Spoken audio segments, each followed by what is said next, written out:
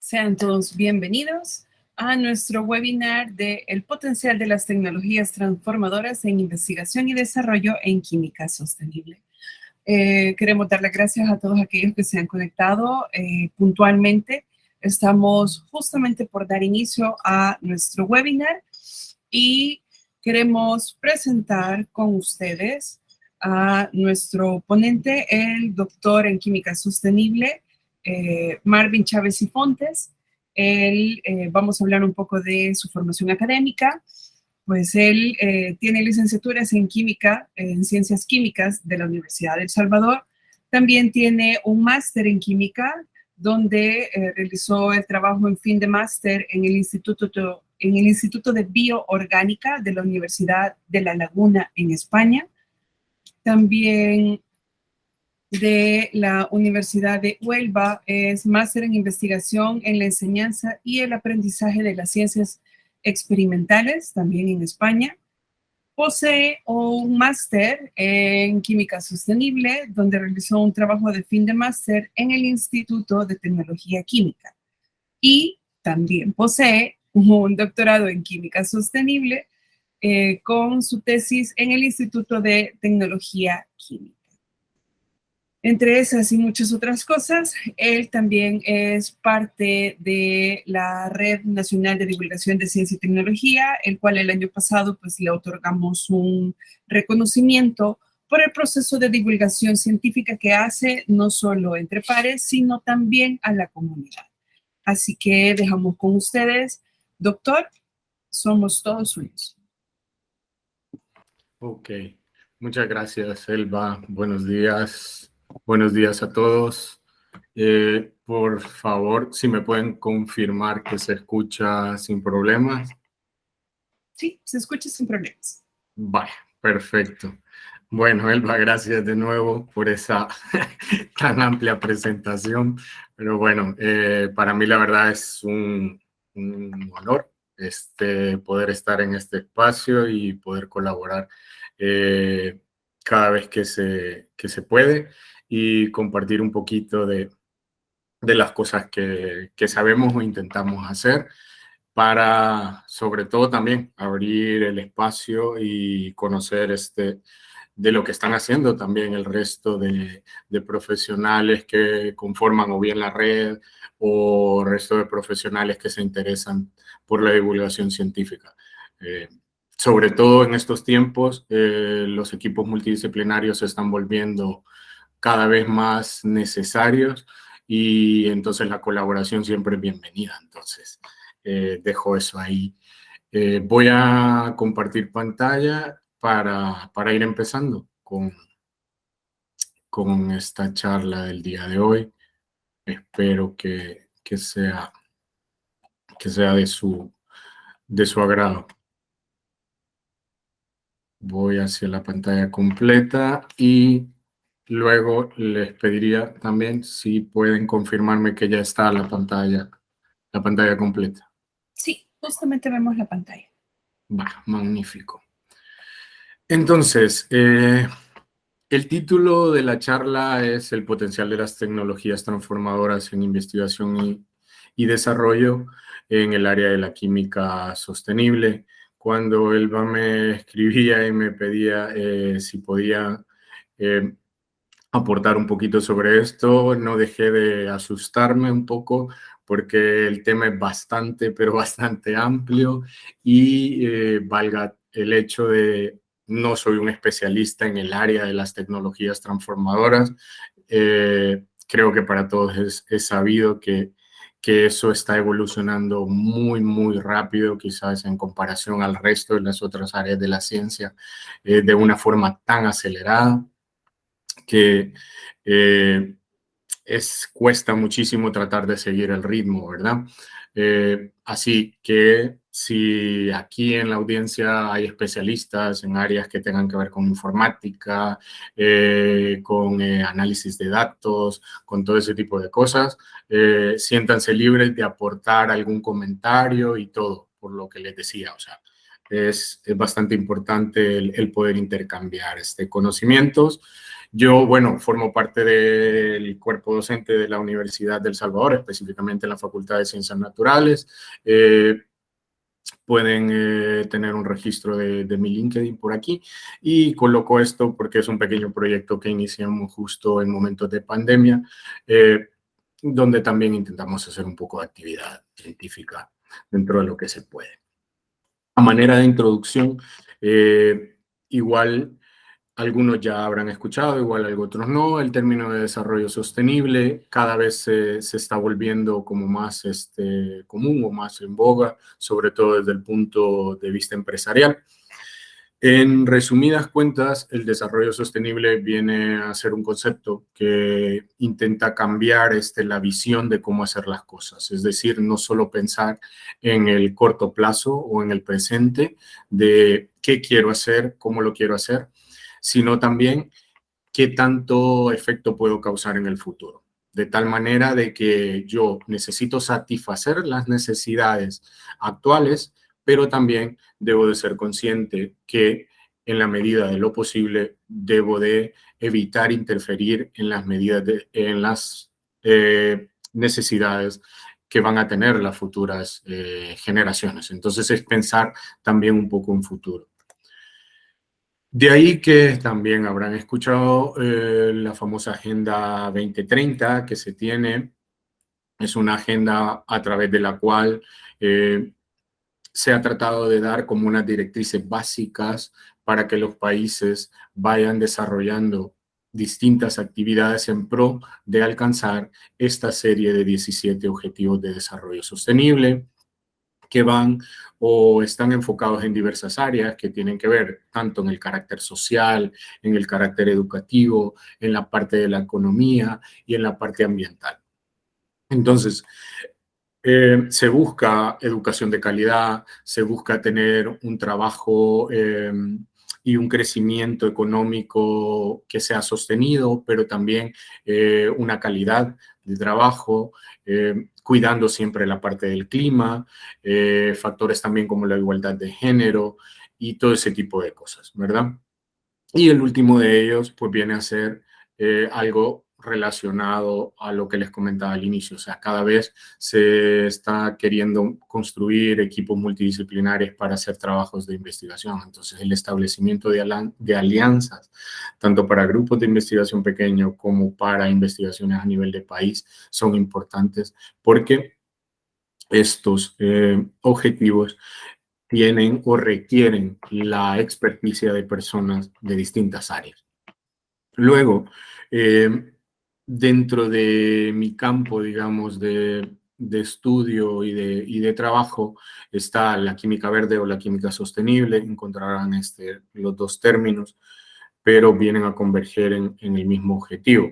Sobre esto se han planteado una serie de principios, digamos, o puntos básicos para hacer una química más amigable con el ambiente. Entonces, esto ha sido el fundamento para el desarrollo o el cambio de paradigma de una química más orientada a la generación de productos, a los rendimientos, a la parte financiera de las industrias químicas, porque eso es un hecho, no lo podemos dejar de lado. Una industria va a existir y se va a mantener en el tiempo mientras sea rentable. Entonces, se quiere siempre mantener la rentabilidad, pero con el menor daño posible al medio ambiente. En ese sentido, la química sostenible está muy ligada, digamos, con los objetivos de desarrollo sostenible, porque ha venido aparecido o ha surgido el concepto de economía circular, que igual es un concepto que también suena a algunos, y eso tiene que ver con un pensamiento de dejar de lado esa economía lineal, donde se extraía una materia prima, se transformaba, se generaba el producto y luego se daba la disposición final de los desechos o residuos que ésta se generaba. Ahora no, ahora se trata de ver de qué manera esos residuos tienen una utilidad, ya sea en la misma industria o en industrias paralelas. de manera que podamos reducir en buena medida la extracción de materias primas de la naturaleza y utilicemos materias primas que puedan ser recicladas. Quizá el ejemplo más clásico puede ser tanto el reciclado de papel, el reciclado de aluminio, que son ya procesos que están instaurados desde hace bastantes décadas. Entonces se busca que muchos de los procesos químicos que aún no se les ha investigado para desarrollar esa circularidad, trabajar en ello. Por eso aparece ese, digamos, como término del índice de circularidad también. El concepto del análisis de ciclo de vida, esto da para mucho, quizás daría para hacer otra charla. Voy a tratar de ir mencionando muchos conceptos. Las disculpas del caso si no me detengo a explicar muy a detalle cada uno de ellos. Entonces el análisis de ciclo de vida es también otro concepto importante porque tiene que ver desde el origen de donde se extrae la materia prima, las etapas de transformación que sufre y qué es lo que sucede con la etapa final de esos residuos. Entonces esto nos va a servir más adelante con alguna de las diapositivas que quiero mostrarles sobre cómo las tecnologías transformadoras están ayudando al desarrollo de una química más sostenible y de la investigación. De hecho, también vamos a hablar de la evolución de la industria y también le sonará a algunos el término 4.0 que está relacionado con las revoluciones industriales. Entonces se denomina que ahora también estamos entrando ya a un concepto de química 4.0 para adecuarse a esa nueva realidad industrial que se está pidiendo.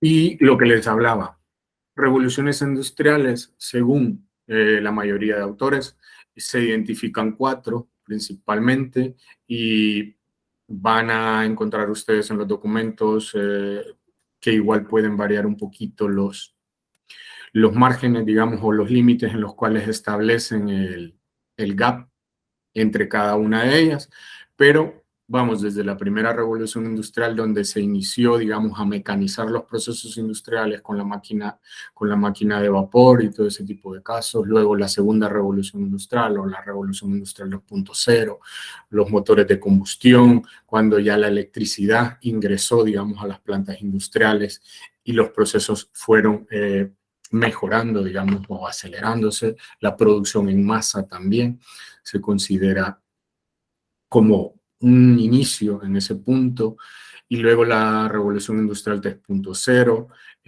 cuando empiezan los principales sistemas autómatas, la electrónica se desarrolló más, digamos, y por lo tanto las plantas comenzaron a prescindir en algunas de sus etapas de mano de obra y empezaron a ser sustituidas por algunas maquinarias que de alguna manera controladas por programas de computadoras podían realizar ese trabajo.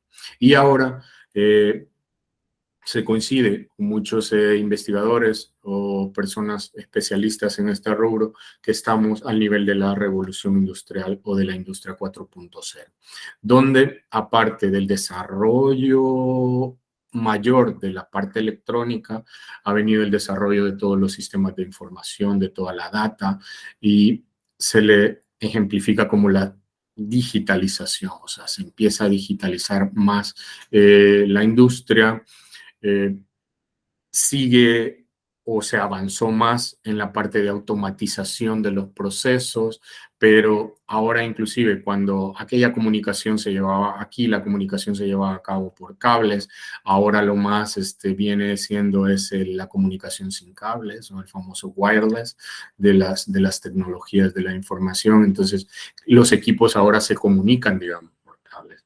El ejemplo más clásico lo podemos ver en nuestras casas, o sea, digamos, hemos tenido internet durante mucho tiempo y era por cable, necesitábamos tener la computadora conectada. Ahora mismo puede que muchos de ustedes estén o bien desde una tablet, desde el teléfono, inclusive desde la computadora, como estoy yo ahora mismo, conectado, pero a través del Wi-Fi. Y así también para las industrias. Entonces, revisando documentación, he traído esta diapositiva en cuanto a las principales, digamos, tecnologías transformadoras, por mencionar algunas. la famosa interconexión de dispositivos, o por su término en inglés, el Internet of Things, el análisis de grandes cantidades de datos, o sea, el famoso Big Data, la inteligencia artificial, que está como más en boga en estos últimos meses, el Machine Learning, o el aprendizaje automático, las impresiones tridimensionales, que quizás ya tienen un tiempo, pero han venido a revolucionar muchísimo la forma de hacer piezas o accesorios, digamos, en la industria, y la realidad virtual, no lo podemos escapar. Entonces, por mencionar, digamos, como grandes áreas de las tecnologías transformadoras. Sobre la base de estas tecnologías transformadoras, voy a tratar de comentarles sobre algunos casos que tienen que ver con la investigación y el desarrollo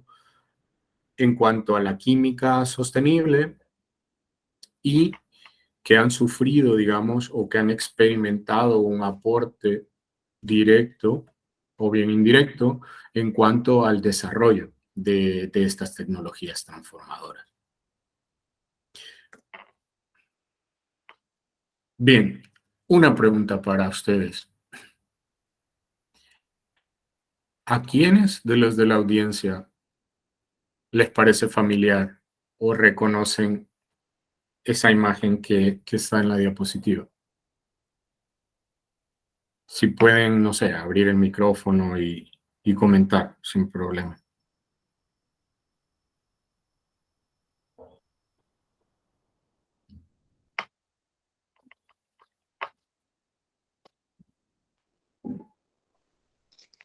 ¿Son sobres o cartas? Sobres o cartas. A ver, alguien creo que me escribió algo en el chat. Gracias por el comentario. Voy a regresar al modo normal porque desde aquí no puedo ver lo que alguien colocó en el chat. Ah, perfecto. Elba dice, son fichas de biblioteca. Ajá. Es correcto, son fichas de biblioteca. Y entonces mi pregunta iba en ese sentido, o sea, a ver a cuántos de la audiencia, pero quizá entonces hay muchos jóvenes en la audiencia y esto ya no les pareció familiar. Entonces lo entiendo muy bien. Estos son fichas de biblioteca, y a lo que quiero llegar es quizá el ejemplo más sencillo de cómo las tecnologías transformadoras han venido a ayudar a la investigación y desarrollo, y esto es en general, en todas las áreas de la ciencia, no es específico de la química sostenible, es el hecho de ese trabajo que había que hacer cuando uno iba a la biblioteca y se acercaba a este tipo de mostradores donde habían unas gavetitas que contenían un sinfín de fichas, dependiendo del tamaño de la biblia, de la universidad o del centro de investigación o donde uno fuese, y empezaba a pasar ficha por ficha hasta buscar el título, el autor que le interesaba, ¿no? Entonces, eso era un trabajo un tanto laborioso, hasta cierto punto tedioso, ¿ya? Entonces, ven, y por eso quería también escuchar si se recordaban de esa etapa de ir ficha por ficha, tomar nota de cuáles autores, el libro que interesaba, y luego, bueno, ir a la mesa del bibliotecario, dependiendo, o si era una biblioteca abierta, entonces ir con los códigos que allá aparecían de ubicación, ir al pasillo, al estante, identificar y tomar el libro o los libros que había que revisar para poder elaborar el resumen o la tarea que se nos había dejado, ¿no? Entonces, eso era antaño, lo digo antaño pues, porque ya han pasado unos cuantos años. ¿Y qué es lo que sucedió cuando las tecnologías de información irrumpieron, y sobre todo para la parte del sistema bibliotecario de la investigación? Y pasó esto. Les pido una disculpa, voy a quitar esto. ¿Y qué fue lo que pasó? Pasamos de todo esto manual y el tiempo que había que invertir y cada libro que había que leer y todo, a esto, ¿no? A estar sentados con una computadora, acceder a una base de datos. En un principio había que estar propiamente dentro de la universidad. Inclusive hubo momentos donde la conexión era específicamente dentro de las bibliotecas, luego ya se pudo acceder desde el recinto fuera de la biblioteca y luego hemos ido evolucionando hasta poder acceder desde casa directamente a la base de datos de la universidad a través de una VPN, por ejemplo. Entonces, quizá los más jóvenes no puedan notar el impacto que eso ha tenido y la evolución en verdad que ha tenido, porque ahora resulta tan fácil incluso desde el teléfono abrir el navegador de internet que utilicemos, que sea el de nuestro mayor agrado, y vayamos o bien hacia una base de datos y hagamos una búsqueda y ya nos despliega un montón de contenido. Entonces, eso por mencionarlo, cómo las tecnologías de la información han cambiado. Ya aterrizando en el área de la química, uno de los buscadores, digamos, o de las bases de datos más grandes quizás es SciFinder.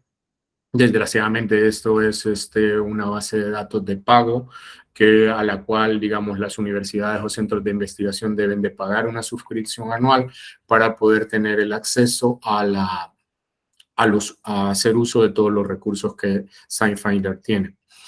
Pero también hay acceso a bases de datos gratuitas, como digamos el clásico podría ser el Google Académico, es un gratuito.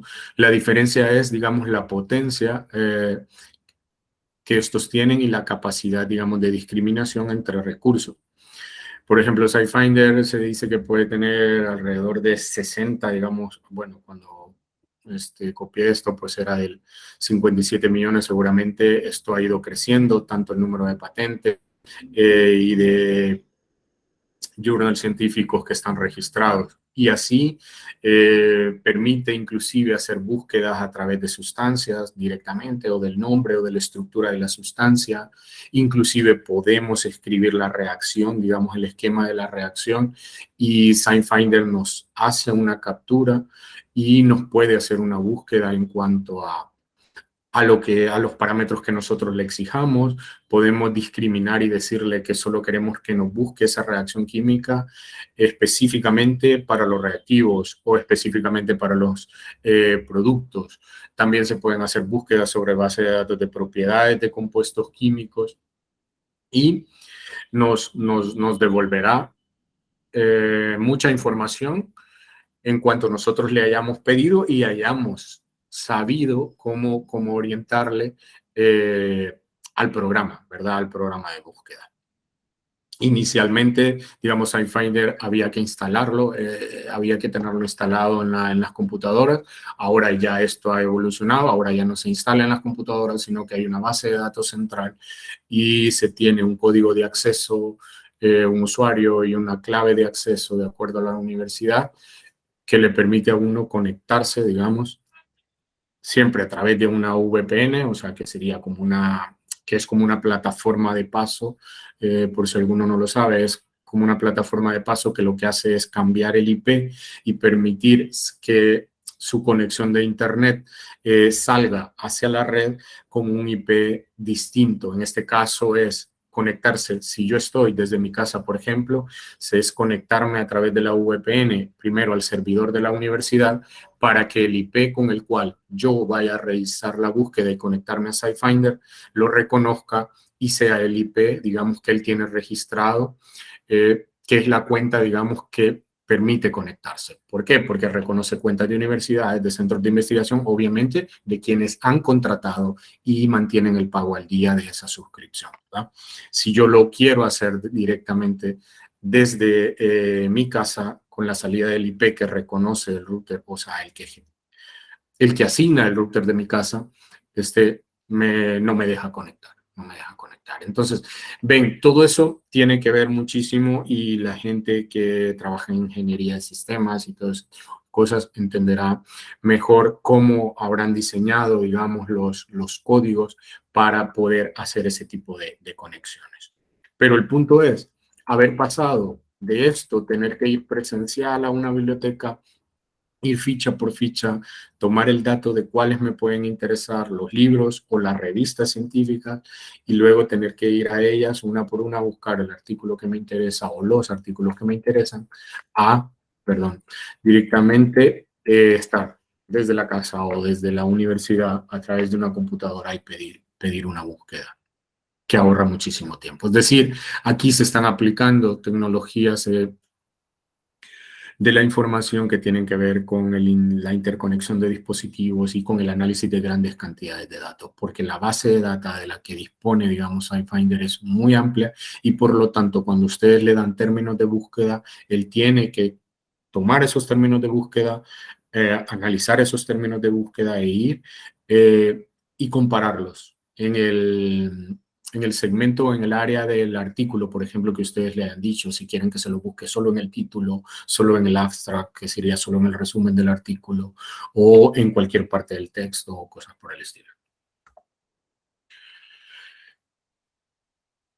En cuanto a cómo está la transición, digamos, de la industria y de la química sostenible respecto a la industria 4.0 o la parte de la digitalización, es algo de que la química no se está quedando atrás. Entonces, se está trabajando mucho en eso. Hay personas que son, o bien primero han sido especialistas en la parte del manejo de sistemas, en la parte informática, y luego han hecho especializaciones en química, o a la inversa, gente que primero se ha especializado, digamos, en química y posteriormente se ha especializado en la parte informática.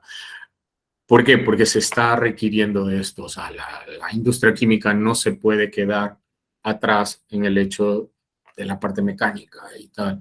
Entonces debe de sistematizarse de alguna manera, debe de digitalizarse. Por lo tanto, se requiere también la irrupción de este tipo de tecnologías, tanto a nivel de laboratorios de investigación como a nivel de industria. Entonces, análisis de grandes cantidades de datos, la realidad virtual está ayudando muchísimo a la investigación y desarrollo.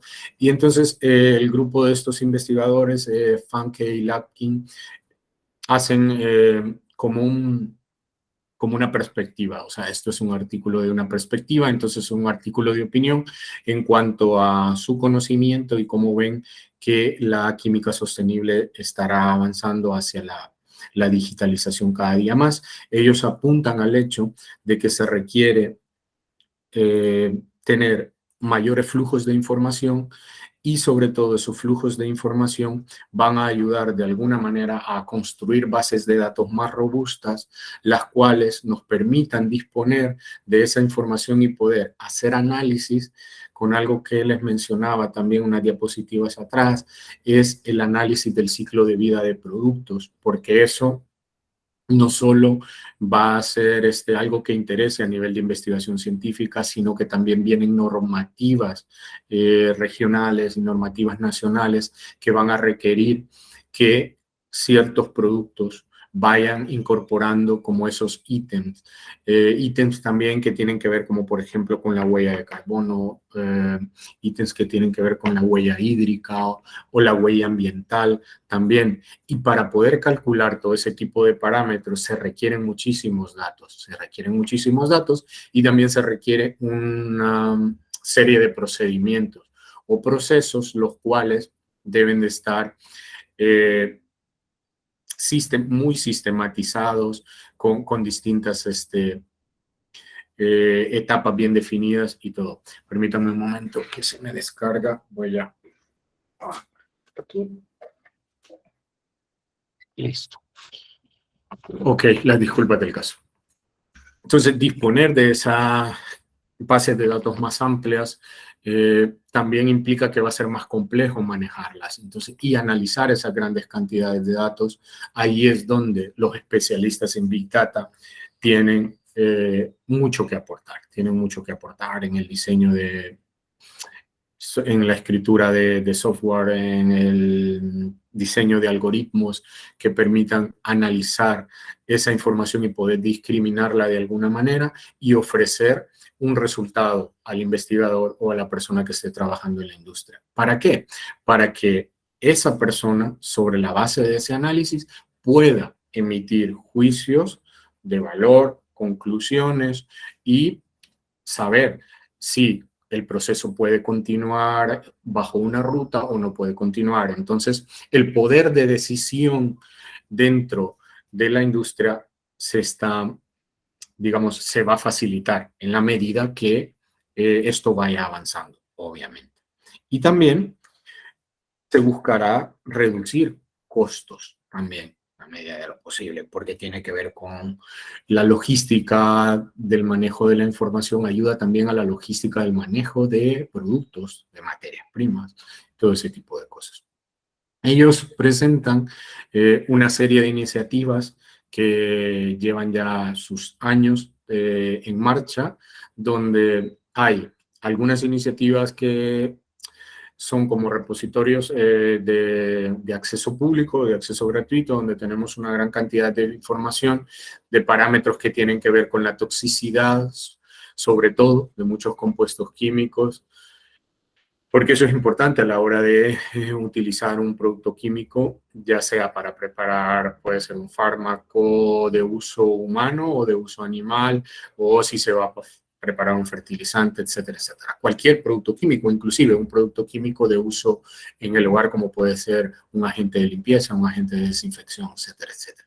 Luego hay otras iniciativas, las cuales son o bien una mezcla de público-privado, pero son consorcios donde ya se reúne gente más poderosa, por así decirlo. Ya son unos donde, si ven, Syngenta es una de las multinacionales químicas más grandes, Pfizer, GlaxoSmithKline es otra de las farmacéuticas también, Pfizer y GlaxoSmithKline son de las dos farmacéuticas más grandes, entonces ellos también están construyendo proyectos que tienen que ver con la digitalización de sus bases de datos y aprovechando toda esa información que ellos han generado durante mucho tiempo de investigación y desarrollo y que les permitan también continuar a la punta de la investigación y lanzando nuevos productos, porque eso es lo que se quiere, o sea, tanto la investigación, por eso es la investigación y el desarrollo de nuevos productos, porque no se pueden quedar atrás.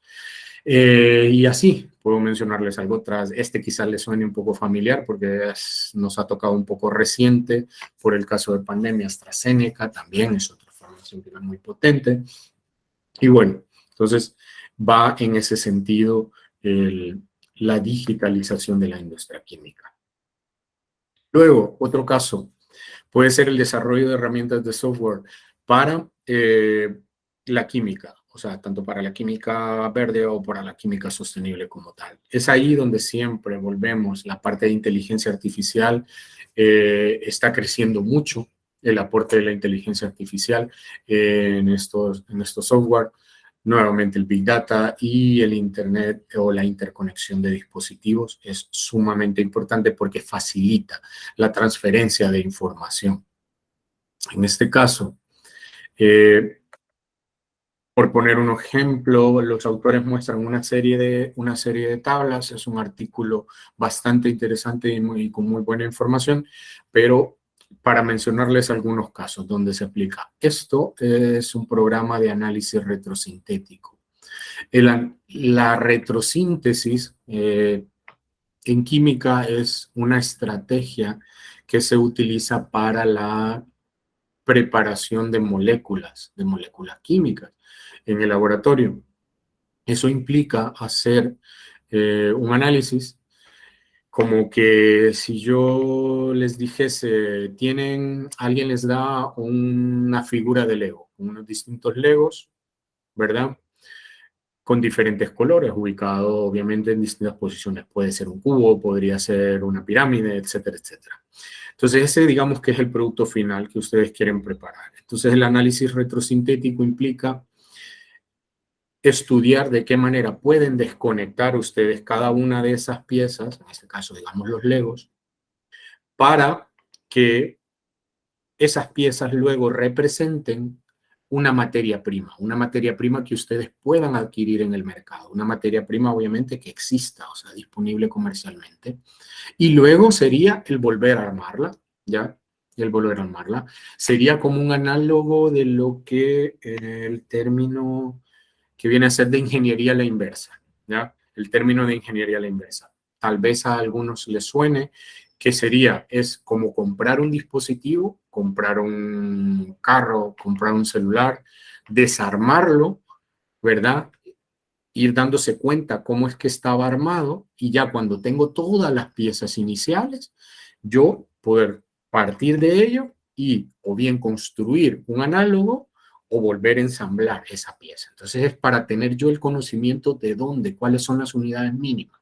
Entonces vendría siendo el análisis retrosintético en química como un análogo de lo de la ingeniería a la inversa, que mucho se ha utilizado ese paradigma de desarrollo a nivel industrial. Entonces, el diseñar programas de computadora que ayuden al químico a hacer ese análisis viene a ahorrar mucho tiempo. ¿Por qué? Porque se ha investigado y hay una serie de, por decirlo así, como pasos, como reglas que se deben de seguir, y todo depende también del tipo de molécula, la forma de la molécula y todo. Entonces, todo eso está escrito. Entonces, uno como químico maneja todo eso y viendo la molécula empieza a hacerlo, digamos, lo que vendría siendo un análisis a pie, ¿verdad? Entonces, a mano empieza a tratar de desconectar y a probar todas las opciones hasta llegar al inicio y posteriormente intentar la unión de esas piezas para ver si convergen. Entonces, sería como hacer iteraciones o algo por el estilo. Entonces, ¿cuánto tiempo nos puede llevar eso? Muchísimo. Pero si se escribe un software que tiene todo eso, todo ese tipo de detalles, puede hacerlo mucho más rápido. Puede hacerlo mucho más rápido y darnos opciones. Entonces, ellos presentan esta serie de programas. Entonces, espero haber explicado un poquito más o menos cuál es el sentido, digamos, de la gran utilidad que representa este tipo de software. Luego está las bases de datos o programas que sirvan para calcular o a predecir inclusive métricas que tienen que ver con la parte sostenible, con la parte verde. Este cambio que viene de la antigua química a la química sostenible o a la química verde ha sido necesario decir, o sea, ¿cómo que un proceso antes? ¿Cuál es su impacto de ese proceso según la metodología antigua y poder compararlo con ese mismo proceso, pero realizado con una metodología de química verde o química sostenible? Entonces, para poder comparar esos dos momentos de los procesos, es necesario diseñar parámetros o una serie de métricas que permitan establecer, ok, el proceso se ha mejorado, se ha vuelto más sostenible, por decirlo así, en un 90% o en un 50%. Ok, y poder discriminar y decir, bueno, valió la pena o no, es solo un 20% de mejora, bueno, igual quizá no valió mucho. También, entonces, esos parámetros vienen a ser fórmulas matemáticas que requieren información que se obtiene de bases de datos, se puede procesar desde lo más sencillo con una hoja de Excel o podría realizarse mediante un programa. Entonces, ahí es donde el desarrollo de esos programas o nuevos algoritmos permitirán ahorrar tiempo e inclusive obtener información más actualizada, porque hay bases de datos que pueden estar cambiando. Y si yo estoy realizando, digamos, el cálculo de una métrica con el valor que la base de datos era de 2015, por ejemplo, o 2018 inclusive, han pasado 4 años, puede ser que ese valor de la base de datos haya cambiado y eso me influya significativamente en el resultado final. Entonces, ahorrará tiempo, permitirá volver un poco más fiables los resultados de esos índices. Luego, ¿en qué más nos ayudará las nuevas tecnologías? En cada uno de estos cuadritos, ustedes verán, he tratado yo de ir poniendo de forma paralela cuáles son las tecnologías que están influenciando más. Ahora mismo el desarrollo de los procesos químicos viene desde ese punto de vista que en la primera diapositiva les mostraba, que tiene que ver con el desarrollo sostenible, ya no solo pensando en el presente, en el rendimiento que me va a dar, en el rendimiento económico en este momento, sino también qué es lo que va a pasar a futuro. Por lo tanto, estos son algunos de los parámetros que yo debo de tener en cuenta o considerar en el momento que yo empiezo a diseñar un nuevo proceso químico industrial o quiero modificar un proceso que ya existe para volverlo más sostenible o más verde. Entonces, si ven, parámetros que tienen que ver con parte ambiental, a nivel de seguridad, a nivel de la economía, que tiene que ver obviamente con los costos de todos los inputs, qué número de etapas voy a llevar, porque todo esto es dinero, o sea, cuánto tiempo va a requerir, las condiciones de la reacción, etcétera, etcétera. Y luego, perdón, también hay una parte administrativa, una parte financiera, perdón, que no la puedo dejar de lado, que tiene que ver con el mercado y ese tipo de cosas. Entonces, esto puede analizarse o bien bajo, o hacerlo, digamos, a mano, a pie, como quieran llamarle, o mediante hojas de datos muy sencillas, o todo eso a un programa, ¿verdad?, que nos permita recabar de manera más continua esta información y de manera más fiable. Y luego inclusive poder combinarla, poder hacer análisis de todos esos datos y darnos una resolución o propuestas de alternativa, ¿ya? Entonces, y yendo inclusive aún más, si tenemos alguna inteligencia o algún bot de inteligencia artificial que se puede entrenar con todo este tipo de parámetros, y no solo con los parámetros, sino que también con la forma de analizar los parámetros, porque sobre todo la clave es esa, o sea, no es solo disponer de la gran cantidad de información, sino que aparte de disponer, saber qué hacer con esa cantidad de información, saber cómo procesarla, saber cómo combinarla con otros parámetros, saber cómo valorarla, dónde estarán los límites que a mí me permitan tener un resultado o bien decir decisión positiva, decisión o negativa, etcétera, etcétera. Bien, eso en cuando veníamos parte de software, algoritmos y todo. Quiero hablarles ahora un poco ya de lo que tiene que ver con la parte industrial o parte de reactores. También desde hace ya unos cuantos años ha habido un cambio en el paradigma, del desarrollo industrial, tanto de la ingeniería química como de otras industrias. Y es todo aquello que se hacía como muy grande antes y era el objetivo de decir, bueno, entre más grande tengo el reactor, puedo procesar mucha más cantidad de materia prima. Es decir, cuando yo hablo de reactor, podría ser como un ejemplo. Imagínense que ustedes quieran preparar un refresco en su casa, de frutas, una limonada o algo por el estilo. Entonces dicen, bueno, pues tenemos un recipiente de 1 galón. Ok, va. Está bien, voy a preparar 1 galón porque igual eso me puede durar para toda la semana o puedo compartir. Entonces, entre más grande, mejor. Era como el paradigma antiguo. Ahora no, ahora el paradigma ha sido como reducir un poco el tamaño, o sea, reducir la escala, irse a escalas de micro o de milireactores. Esto tiene una razón por el hecho de que tenemos un mejor control de esos reactores, de esos procesos, en cuanto a las distintas operaciones que se llevan a cabo, el intercambio de energía, digamos, y todo esto viene a influir en un término económico. Justo con lo que he mencionado, y vuelvo al ejemplo de la preparación del refresco. Imagínense, ustedes necesitan el limón, por ejemplo, el agua y, si les gusta ponerle azúcar, azúcar.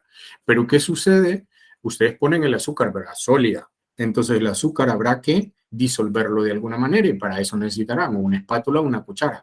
Entonces, mover o agitar ese galón de agua requiere mucha más energía que mover, por ejemplo, si ustedes hubiesen preparado en 1 litro de agua. Entonces, ¿qué sucede? A veces, no sé si a ustedes les habrá pasado, pero esto suele pasar a veces, que no se disuelve completamente el azúcar cuando nosotros tenemos una cantidad muy grande. Entonces, eso es un problema, porque nosotros queremos que todo el azúcar esté disuelta. A eso me refiero yo cuando se ha intentado cambiar a nivel industrial, mejor realicémoslo a escala más pequeña, vamos a gastar menos energía, pero nos vamos a asegurar de que todo lo que querramos incorporar se incorpore. O en el ejemplo que les decía, pues que mover 1 litro de agua va a requerir menos fuerza, menos energía que mover el galón. Y posiblemente el azúcar nosotros lo agitemos mejor y se disuelva completamente. Y justo cuando vayamos a servir, en el fondo de ese recipiente no quede nada de azúcar. Entonces, eso que suele ser un desperdicio, porque al final ese azúcar ya nosotros no la consumimos. Ese, como tratar de generarles una analogía en la industria química. Entonces ha cambiado de ir de todo mejor en grande, ahora todo mejor a pequeño. Entonces es un artículo bastante interesante donde hablan de eso. Y el punto es que las tecnologías transformadoras están influyendo mucho. Y sobre todo me llamó la atención cuando hacía la búsqueda esto. La parte de la impresión en 3D está prácticamente ha venido a ser, digamos, como un pilar muy importante en la parte de los nuevos reactores, ¿ya? Sobre todo a escala de laboratorio. Estos son trabajos a escala de investigación y, es decir, esos recipientes, los reactores son recipientes donde se llevan a cabo las reacciones químicas. Antes había que obligatoriamente hacer la cotización, investigar los proveedores y hacer el proceso y comprarlo a un proveedor. Pueden ser de distintos materiales estos recipientes, o pueden ser de un vidrio del más resistente, digamos, un vidrio tipo cuarzo, tipo Pyrex, el más resistente. Pueden ser de metal, por lo general es acero inoxidable. Hay otro material que se conoce que es como PIC, es un polímero. Y así, variados materiales. Todo depende de para qué lo vamos a utilizar, a qué temperatura, a qué presión, qué sustancia vamos a introducir. Entonces, eso era una limitante porque se dependía del fabricante. Y si por alguna razón el investigador quería un reactor con un diseño específico, un diseño particular, sucedía que o le decían que no lo podían fabricar porque ellos ya tenían sus diseños industriales previamente validados y todo, o que para fabricarle ese diseño pues le costaría muchísimo más dinero porque habría que preparar tanto desde el diseño en papel, desde el modelo tridimensional en computadora, la maqueta y posteriormente llevarlo al material. Entonces eso cuesta mucho más dinero. ¿Qué sucede ahora al disponer con impresoras de 3D? Las universidades o grupos de investigación que pueden disponer de esto, ellos mismos pueden combinarse, ahí los equipos multidisciplinares, digamos, vendría un especialista en ingeniería química o un químico, con alguien de programación de software que maneje, digamos, la parte de modelaje en 3D y modelar y darle esas instrucciones a la impresora 3D y tener el reactor. Y tener el reactor, digamos, a diseño propiamente. Entonces, eso permite ir avanzando de mejor forma en las investigaciones. ¿Y qué resulta? Esto puede ser también un nicho nuevo de mercado, porque esto aceleraría también, o sea, una industria que tiene que ver con el diseño y la construcción de reactores químicos o de otras piezas que se utilizan a nivel de la industria. Entonces, estos 2 artículos hablan sobre ello, sobre cómo la parte de las impresoras tridimensionales está ayudando a ello y sobre todo al avance. Entonces también en este hace un análisis de cómo está a nivel de resistencia de los reactores, de las distintas aplicaciones que tienen que ver con la parte enzimática en biocatálisis o con procesos electroquímicos, que también se está hablando muchísimo, el término de electromovilidad, seguramente lo hayan escuchado también, que tiene que ver con bicicletas, motocicletas eléctricas, carros eléctricos, autobuses, todo sistema de transporte. Y para lo cual se requieren baterías con una capacidad que puedan resistir muchos ciclos de carga y muchos ciclos de descarga y devolverle la energía que requiera ya sea el carro, la bicicleta, etcétera, etcétera. Es decir, es un análogo de todo lo electrónico que manejamos, computadoras, tablet, celulares, pero ustedes ven que todos tienen una batería. Pues eso trasladado a medios de transporte. Entonces se está investigando mucho en ello, ¿no? A ver, otra cosa. Aquí teníamos la parte, lo que decíamos. Era hace algunos años el trabajo a nivel de cable, la comunicación de todos los dispositivos. Ahora la interconexión de los dispositivos se realiza sin cables, ¿ya? Se realiza sin cables. Y hay grupos de investigación que están trabajando muchísimo en el diseño de nuevos materiales, sobre todo con propiedades particulares. En este caso hay una propiedad que se le llama la cataluminiscencia, porque es interesante cómo estos materiales reaccionan y muestran, digamos, señales a distintos compuestos o especies químicas. Y eso permitiría construir lo que se les llama como sensores. Sensores para medir la concentración de estos compuestos. Específicamente, los compuestos orgánicos volátiles son una familia de compuestos que son bastante peligrosos y a nivel, digamos, de ambientes industriales o inclusive a nivel de ambiente de ciudad, es importante que haya estaciones de monitoreo de la concentración de este tipo de compuestos. Este tipo de compuestos se pueden originar por la combustión de combustibles fósiles. Entonces, de ahí que lo emitan tanto fuentes fijas, como les decía, puede ser dentro de una propia planta industrial, o fuentes móviles como unidades del transporte. Entonces, el tener sensores que puedan medir con una fiabilidad adecuada, con un tiempo de respuesta muy adecuado y que sean capaces de trasladar esa información en tiempo real, es lo mejor, ¿ya? Porque eso permite tomar decisiones, ¿ya? Entonces, este trabajo habla sobre eso, sobre la síntesis de microesferas de este material. Es un óxido de calcio con unas características muy particulares, morfológicamente, digamos, a nivel de estructura, están las partículas muy ordenaditas, así. Entonces tienen ese ordenamiento particular que le permite tener esas propiedades. Y luego poder integrarse dentro de un sistema, digamos, wireless, que sería como un sistema para transmitir la información sin cable. Entonces eso es muy importante porque pueden haber zonas donde no puedan haber dispositivos electrónicos porque se puedan dañar por la atmósfera, digamos, o que haya.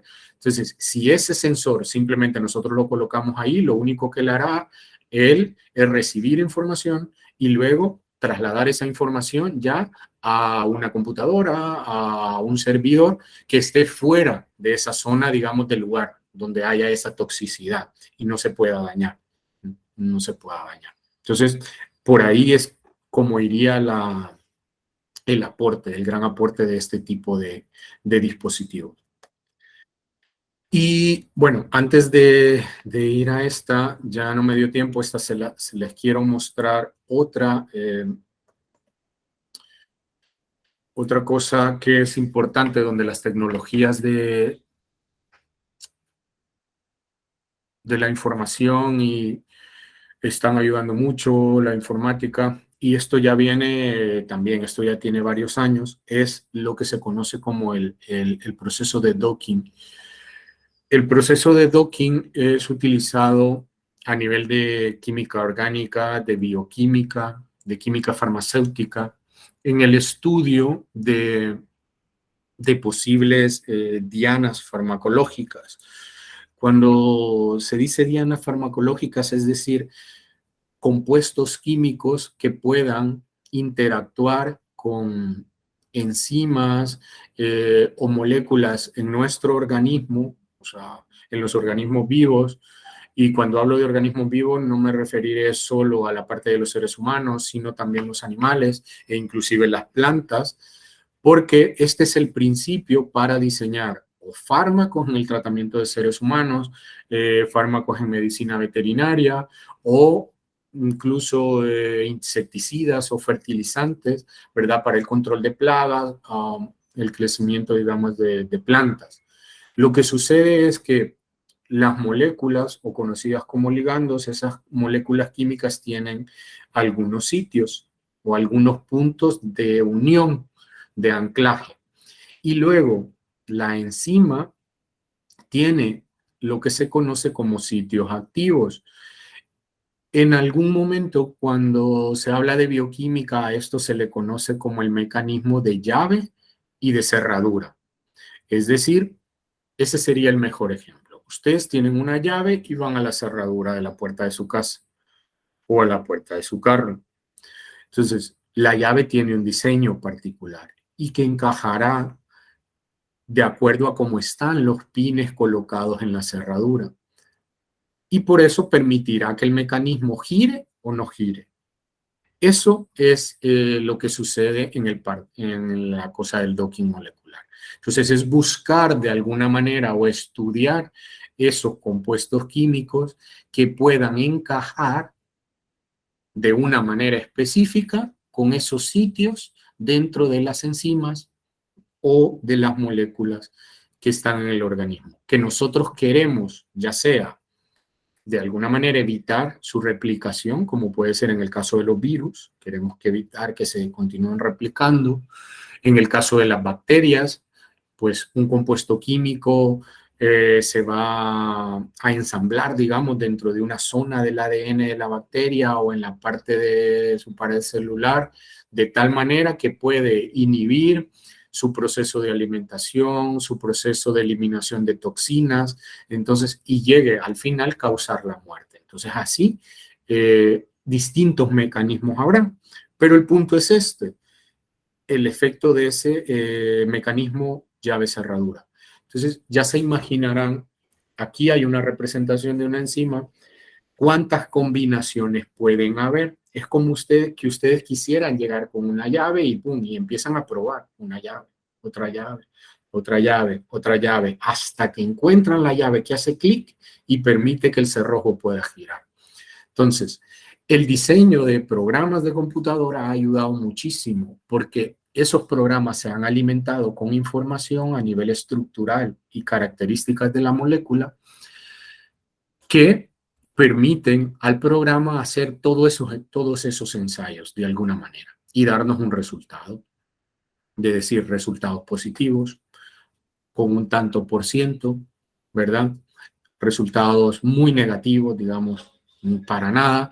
Entonces ya nosotros podemos ir descartando por lo menos algunos ejemplares de algunas moléculas y ya no hacemos esa inversión de tiempo a nivel de laboratorio para probarlas, sino que se realizan las pruebas, digamos, o el screening se va reduciendo con una cantidad de moléculas menor.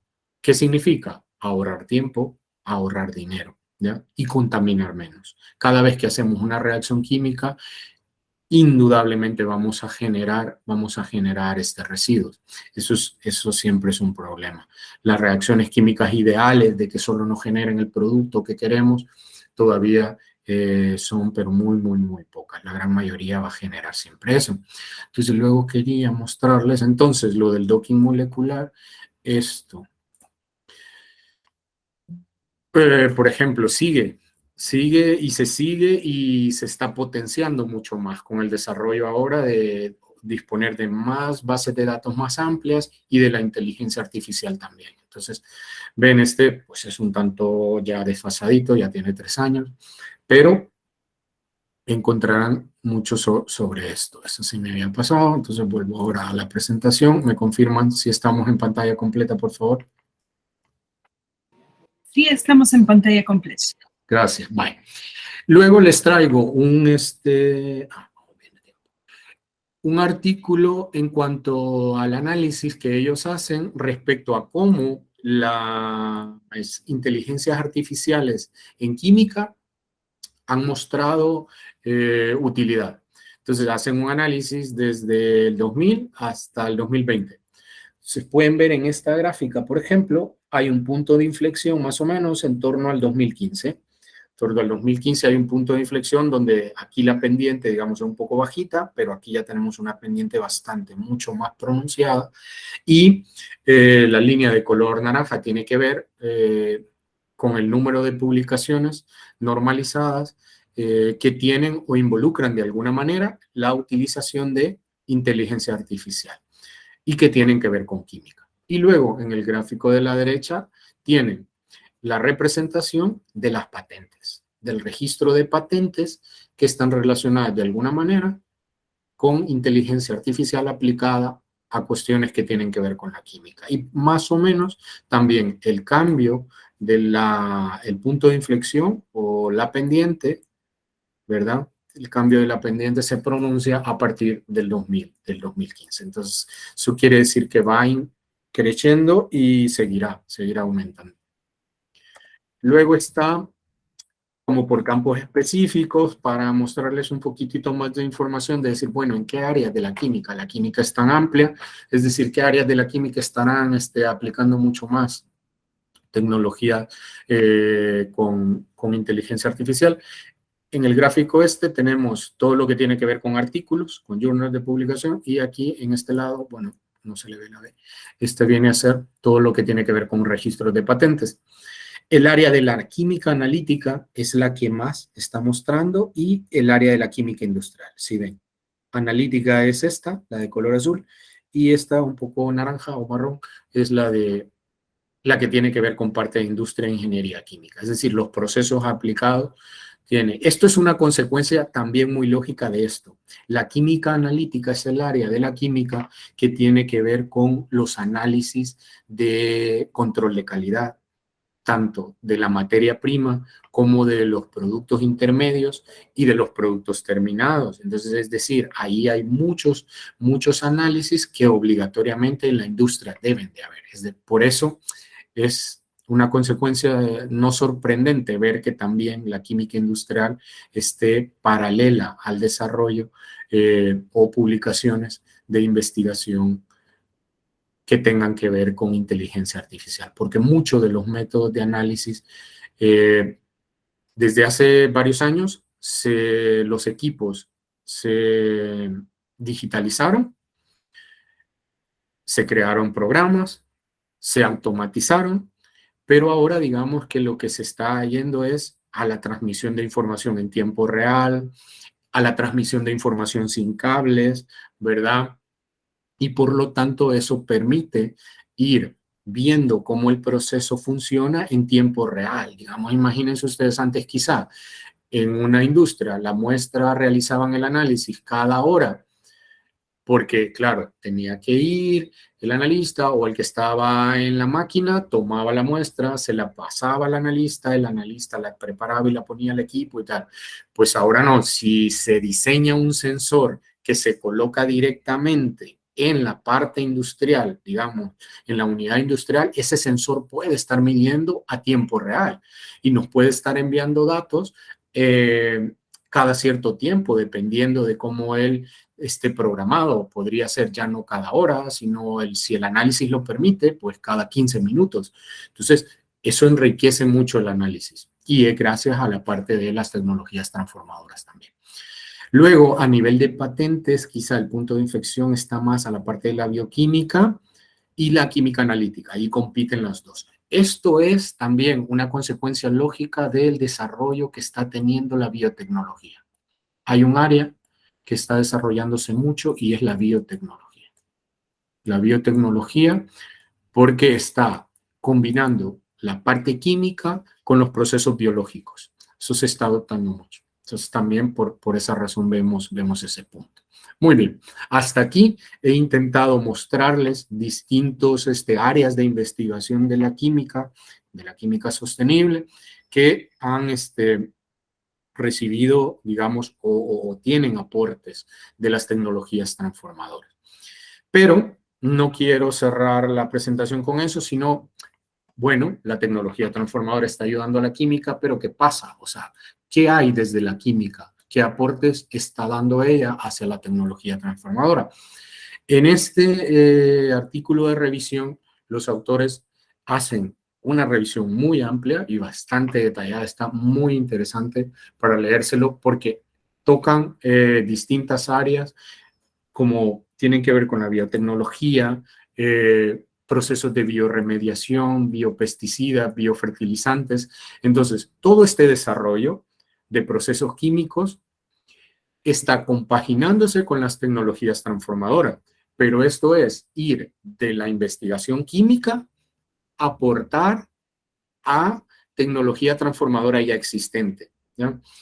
Luego, en ingeniería química está en boga nuevas fuentes de energía, buscar nuevas fuentes de energía para ya no depender tanto de los combustibles fósiles, llámese carbón, llámese petróleo, llámese gas natural, e ir hacia biocombustibles, es decir, combustibles que podamos obtenerlos de materias primas derivadas de la naturaleza, pero que sean circulares y tengan unos ciclos de regeneración más cortos, no como el caso de los combustibles, digamos, las materias primas de origen fósil. Su ciclo de regeneración es demasiado amplio. También hablan de qué pasa con la parte de ingeniería del producto, el desarrollo de materiales avanzados, y esto quizás sea la parte de química que más está aportando al desarrollo de las industrias transformadoras, el desarrollo de nuevos materiales. Y luego también hay apartado que tiene que ver con la economía ambientalmente sostenible. Ejemplo de nuevos materiales que está aportando las nuevas tecnologías.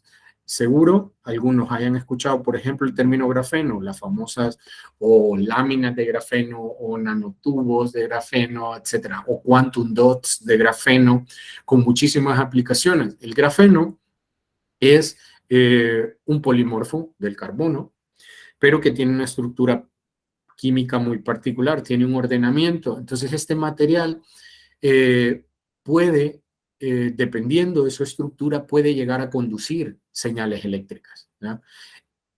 Y las propiedades, además de conducir señales eléctricas y todo ese tipo de cosas, lo hace interesante para aplicaciones en el Internet de las cosas, ¿ya? El Internet de las cosas. Es decir, desarrollo de dispositivos electrónicos, ¿verdad?, que permitan manejar información o manipular información de alguna manera. Entonces hay una representación. En este caso, es como representación de láminas de grafeno, digamos, que tienen, bueno, se pueden sintetizar o hacia a una distancia más pequeña, o se pueden preparar a una distancia más grande y manipular las propiedades, pero muchísimo. Es un material muy versátil y que está aportando mucho al desarrollo de nuevos dispositivos que son útiles en las tecnologías transformadoras. Y luego, en esta imagen, lo que hay es la representación de una celda fotovoltaica. O sea, si ustedes han visto alguna imagen o han visto en vivo un panel de una celda fotovoltaica, pues bueno, lo que se ve es como un marco, más parece una ventana, y lo que vemos es una superficie, pero en realidad esa superficie o esa capa es una multicapa. Hay muchísimas capas que lo protegen en realidad. La capa del semiconductor, que es el material que en realidad hace la conversión de la radiación a energía eléctrica, es una de ellas y está protegida por, bueno, capas de contactos metálicos, algunos film para protegerla y las externas que serían las capas de un vidrio, que es lo que es la protección final, ¿no?, para la intemperie y todo lo demás. El desarrollo de distintos tipos de materiales, compuestos químicos, porque estos no son más que compuestos químicos con características particulares que reaccionan a la radiación del sol, son la base para la construcción de la industria. De hecho, en nuestro país, quizá en estos últimos 5 años o 10 años, se ha dado como un boom del desarrollo de los campos de producción de energía eléctrica a través de celdas o paneles fotovoltaicos. Hay muchas instituciones, tanto privadas como algunas gubernamentales, que lo que han hecho es cubrir sus techos de los edificios con paneles solares para la generación de energía eléctrica de una manera de que puedan desconectarse en cierta medida de la red eléctrica pública y tener un ahorro. en ese caso, cuando llegue el momento de amortización de la inversión, obviamente, de los paneles solares. Se sigue trabajando en diseñar nuevos materiales, sobre todo esto, que tengan una huella ambiental menor, porque esto es un detalle. Hay mucho de qué hablar. En algunas de las diapositivas anteriores les mencionaba el término de ciclo de vida del producto. El ciclo de vida del producto es importante. Es importante porque nos pueden dar la idea de que un producto es buenísimo, ahora es la etiqueta green, es sostenible, es todo, ¿no? Es menos contaminante, pero es importante tener un análisis de ciclo de vida del producto, porque eso es lo que nos dirá cuál es la huella ambiental, cuál es la huella hídrica, cuál es la huella de carbono de ese producto.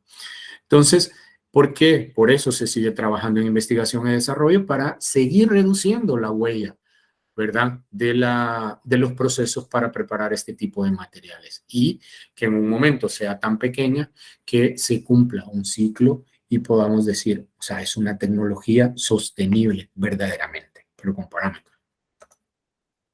Y a ver. Bueno, y cierro con para ya no aburrirles más. El desarrollo de la química, sobre todo en parte de la investigación en ciencia de los materiales y en catálisis, digamos, que trabajamos mucho en eso, nos interesa es preparar materiales controlados en este sentido. Poder controlar la nanopartícula, es decir, la forma, el tamaño, ¿verdad? Inclusive cuando hablamos de clústeres, es como un agrupamiento de átomos, poder inclusive controlar y decir, o sea, este clúster estará formado por 10 partículas, por 20 partículas atómicas. Entonces, se está investigando en eso. ¿Por qué? O inclusive la preparación de los famosos quantum dots, que son puntos cuánticos que presentan características muy particulares y sensibles, o sea, darnos sensibilidad para utilizarse en dispositivos electrónicos.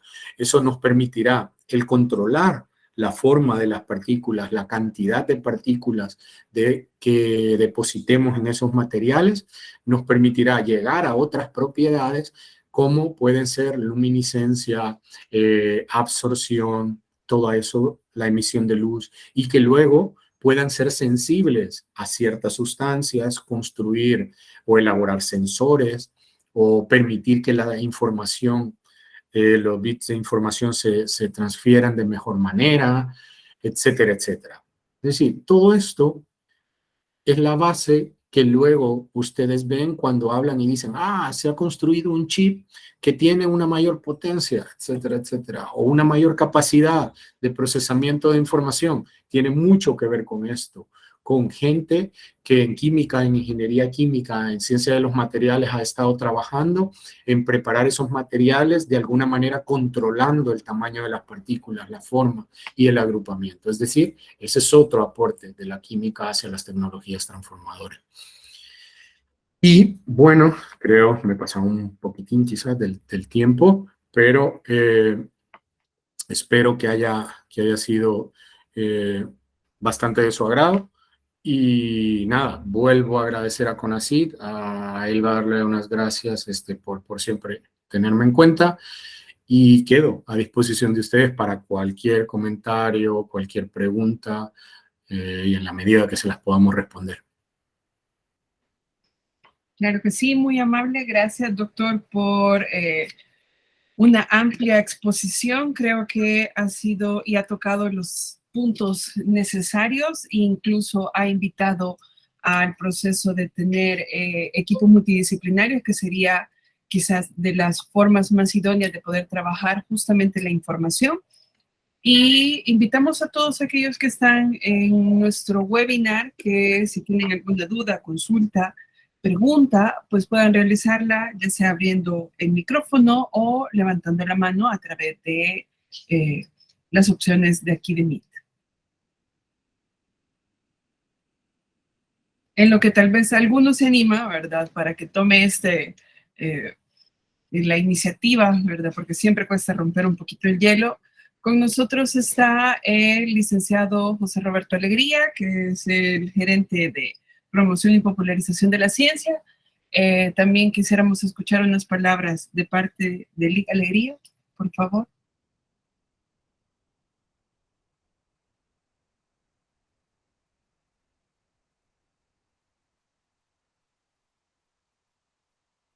No se nos... no Igual nos creo que tiene el micrófono cerrado. tiene el micrófono apagado, el LIC. Oh, lastimosamente. Perdón, Ahí está, perdón. ahí está. No, decía de que es gratificante para nosotros aquí en el CONACYT conocer personas salvadoreñas que están trabajando en áreas que son fundamentalmente importantes para el desarrollo de nuestro país. Consideramos de que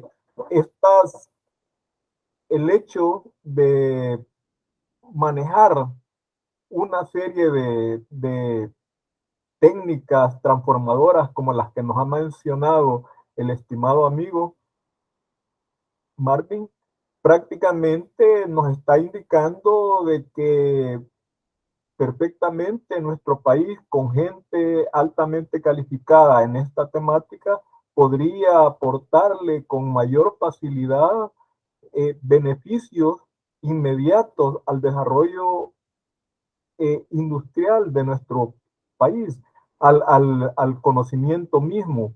Por eso yo he sentido de que me siento muy contento, por decirlo así, por ver de que salvadoreños como tú están manejando este tipo de conocimientos y esperamos que con tus palabras incentiven otros jóvenes y que vean de que este es el camino a seguir. La inteligencia artificial nos está demostrando de que toda tecnología nueva que aparece, lo más importante es incorporarla de alguna u otra manera en las labores que nosotros hacemos. Y el mundo se está transformando y esperamos de que las mentes de cada uno de nosotros siempre estén abiertas para poder ver que hay un potencial que nosotros podemos utilizar siempre y cuando consideremos empaparnos en este tipo de conocimiento o encontrar guías que de alguna manera nos orienten hacia eso. Así que de mi parte, ¿qué más puedo decir?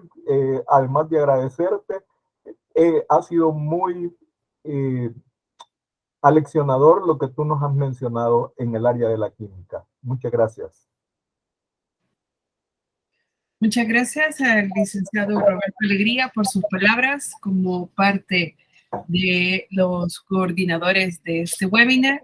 Y nuevamente hacemos la invitación para que alguno que tenga consulta, duda, algo que quiera discutir, pues está abierto el chat para poder hacer su opinión. Daremos un par de segunditos a ver si hay alguien que se quiere animar.